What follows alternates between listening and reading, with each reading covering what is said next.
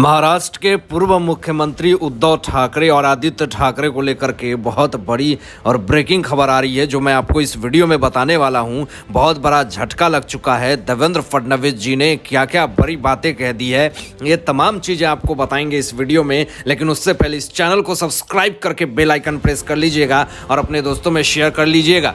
जब से दोस्तों महाराष्ट्र की सत्ता गई है उद्धव ठाकरे के, तब से इनकी दिमाग जो है वो सही ठिकाने पे नहीं चल रही है। इनको सारे मंत्री, विधायक, नेता, एमएलए, सांसद सब छोड़ करके जा रहे हैं। अब ऐसी स्थिति में उद्धव ठाकरे पूरी तरीके से अकेले हो गए हैं। अब ऐसा हालात आ गया है जिसको सुन करके आप दंग रह जाएंगे। ऐसा क्या वाक्य आया जिससे उद्धव ठाकरे पूरी तरीके से बिलबिला रहे हैं? ऐसा क्या वाक्य आ गया कि आदित्य ठाकरे पूरी तरीके से बिलबिला रहे हैं? आपको बता दें कि महाराष्ट्र की सियासत अभी कुछ अच्छा नहीं चल रहा है, और खास करके उद्धव ठाकरे के लिए तो और भी ज्यादा अच्छा नहीं चल रहा है, क्योंकि उनकी सारी हेकड़ी जो है वो निकल गई है। आपको बताएं कि महाराष्ट्र की महाविकास में अब टूट के आसार नजर आ रहे हैं। अब ऐसा क्यों आ रहे हैं नजर? क्योंकि सारे मंत्री, विधायक सब छोड़ करके जा रहे हैं उद्धव ठाकरे को। कांग्रेस और एनसीपी जो हैं वो सब साथ हो गए हैं और सब उद्धव ठाकरे को छोड़ करके अलग थलग हो गए हैं। लेकिन अब आपको बता दें कि शिवसेना नेता चंद्रकांत खैरे ने कहा है, दावा किया है कि कांग्रेस के 22 विधायक बीजेपी नेता देवेंद्र फडणवीस जी के संपर्क में है। ये बहुत बड़ी बात और ब्रेकिंग न्यूज मैं आपको बता रहा हूं कि 22 एमएलए जो हैं वो शिंदे गुट को जो है वो सपोर्ट कर रहे हैं, लेकिन देवेंद्र फडणवीस जी के साथ जो हैं वो कांग्रेस के वो संपर्क में है। यानी आप इस बात को समझ लीजिए यहाँ ध्यान से कि जो 22 विधायक हैं वो बीजेपी नेता देवेंद्र फडणवीस जी के संपर्क में जब हैं, कांग्रेस के 22 विधायक, तो वो किसी भी वक्त जो हैं वो देवेंद्र फडणवीस जी के गुट में जाकर के शामिल हो सकते हैं। अब इससे कहीं ना कहीं पूरी तरीके से बौखलाहट जो है वो बढ़ गई है उद्धव ठाकरे की, ठाकरे सरकार की, क्योंकि इन्होंने कांग्रेस के ऊपर भरोसा किया था उद्धव ठाकरे ने। लेकिन ऐसा क्या हो गया कि आज जितने सारे कांग्रेस और एनसीपी लोग हैं वो उद्धव ठाकरे को पूरी तरीके से छोड़ रहे हैं। अब आपको बता दें कि शिंदे सेना के विधायक साहजी बापू पाटिल ने भी दावा किया है कि एनसीपी के 12 नेताओं ने पार्टी छोड़ दी है। दोस्तों, यही उद्धव ठाकरे हैं जो एनसीपी और कांग्रेस पे भरोसा करके बीजेपी को धोखा दिया, और यही उद्धव ठाकरे हैं जो एनसीपी और कांग्रेस के साथ गठबंधन करके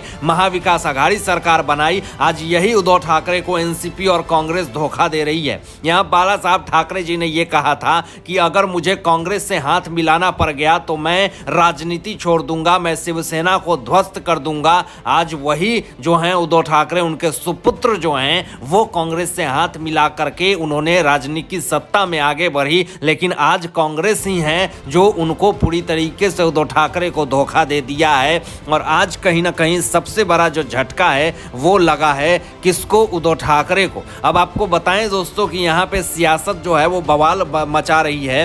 और आपको बताएं कि महाराष्ट्र के मुख्यमंत्री एकनाथ शिंदे जी ने भी दावा किया है और कहा है कि देश के प्रधानमंत्री नरेंद्र मोदी जी ने यह भरोसा दिया है कि राज्य को जल्द बड़े से बड़े प्रोजेक्ट दिए जाएंगे। बीते कुछ महीनों में महाराष्ट्र से कई बड़े प्रोजेक्ट गुजरात चले जाने से एकनाथ शिंदे सरकार की काफी करकरी हुई है। अब इस मामले में विपक्ष ने सीएम पर जमकर निशाना साधा, लेकिन यहाँ पे जो एकनाथ शिंदे जी ने कहा कि नरेंद्र मोदी जी ने उनके सिर पे हाथ रखा है, तो उद्धव ठाकरे पूरी तरीके से बिलबिला रहे हैं। क्योंकि उद्धव ठाकरे ने बार बार आरोप लगाया था और आदित्य ठाकरे ने यह बार बार आरोप लगाया था कि सारे बड़े बड़े प्रोजेक्ट जो हैं वो खत्म हो गए हैं, गुजरात में चले गए हैं। लेकिन जब नरेंद्र मोदी जी का हाथ एकनाथ शिंदे जी पे पड़ा है और ये खबर जब सुनी है, तो पूरी तरीके से बौखलाहट आदित्य ठाकरे और उद्धव ठाकरे को होने लगी है। लेकिन आदित्य ठाकरे ने ऐसा एक बयान दे दिया है दोस्तों, जिससे कहीं ना कहीं पूरे सियासत में भूचाल मच चुका है। अब आपको बताएं कि पर्यावरण मंत्री रह चुके आदित्य ठाकरे ने यह कहा है कि हिम्मत है तो चुनाव लड़कर दिखाओ। और आदित्य ठाकरे की एकनाथ शिंदे गुट के बागी विधायकों को खुली चुनौती दिया गया है।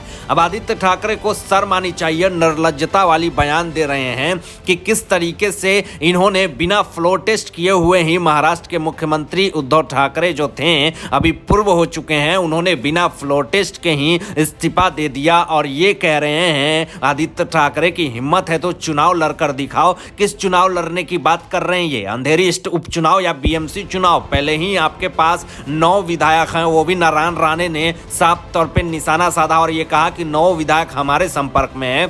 कांग्रेस और एनसीपी के दम पे कूद रहे हैं। तो कांग्रेस एनसीपी तो हैं वो पूरी तरीके से या तो उद्धव ठाकरे गुट को छोड़ करके शिंदे गुट में जाकर के शामिल हो रहे हैं, नहीं तो देवेंद्र फडणवीस जी के गुट में शामिल हो रहे हैं। लेकिन जरा सुन लीजिए कि आदित्य ठाकरे ने ऐसा क्या निर्लज्जता वाली बयान दे दी जिससे पूरा सियासत में भूचाल मच गया है, पूरा बवाल मच चुका है। आपको बता दें कि आदित्य ठाकरे ने यह कहा कि अली बाबा के 40 चोरों से की बागी विधायकों की तुलना। अब यहां पे आदित्य ठाकरे ने अली बाबा कह दिया एकनाथ शिंदे जी को और 40 विधायक जो बागी हुए वो 40 चोरों से तुलना कर दी है। यानी अली बाबा के 40 चोर, यानी आप समझ लीजिए दोस्तों कि जो महाराष्ट्र की सियासत में आदित्य ठाकरे अभी तक जो राजनीति की रोटियां सेक रहे थे वो एकनाथ शिंदे जी यही अली बाबा के 40 चोर यानी 40 विधायकों के दम पे यहां महाराष्ट्र की सत्ता में इतने दिन तक 2.5 साल तक राज किया। और आज किस तरीके से आदित्य ठाकरे कभी गद्दार कहते हैं,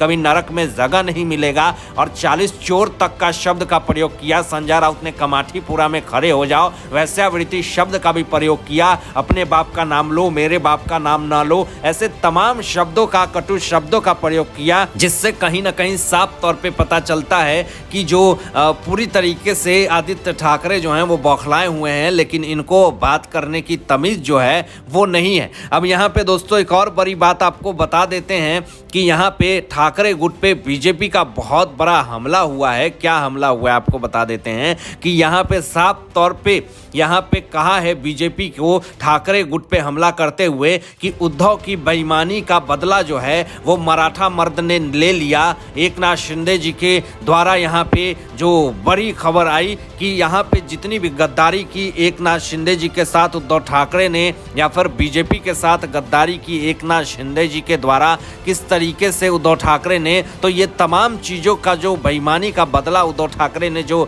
दिया बेईमानी, उसका बदला जो है वो मराठा मर्द यानी एकनाथ शिंदे जी ने ले लिया। ऐसा बीजेपी पर ठाकरे गुट का हमला है और इससे कहीं ना कहीं पूरी सियासत में बवाल मचा हुआ है। और कहीं ना कहीं दोस्तों उद्धव ठाकरे सरकार गिरकर एकनाथ शिंदे जी ने बीजेपी के साथ हाथ मिलाकर सरकार बनाई। और यहाँ पे बताएं महाराष्ट्र बीजेपी के प्रदेश अध्यक्ष चंद्रशेखर बावनकुले ने उद्धव ठाकरे पर जमकर निशाना साधा और उन्होंने कहा कि जो बेईमानी उद्धव ठाकरे ने करी है उसका बदला जो है वो एकनाथ शिंदे जी ने ले लिया है। और यहाँ पे साफ तौर पे देवेंद्र फडणवीस जी का भी एक बहुत बड़ा बयान आया और ये कहा कि कभी भी गिर सकती है जो सरकार है, जो उद्धव ठाकरे की पूरी तरीके से बर्बाद हो जाएंगे ये। लेकिन अब उद्धव ठाकरे की तरफ से क्या इशारा आया ये भी अब आपको बता देते हैं। उद्धव ठाकरे की तरफ से ये कहा गया उनके पास कोई काम नहीं है तो सिर्फ और सिर्फ बयानबाजी करते हैं। ये कहते हैं कि कभी भी गिर सकती है शिंदे फडणवीस की सरकार। यहाँ पे साफ तौर पे बताना चाहेंगे दोस्तों कि फुट डालो राज करो, किसी के मन में मतभेद पैदा कर दो, लेकिन शिंदे गुट के बागी विधायक, त्यागी विधायक और एकनाथ शिंदे जी के जितने विधायक हैं सब एक साथ मिल करके आगे बढ़ रहे हैं।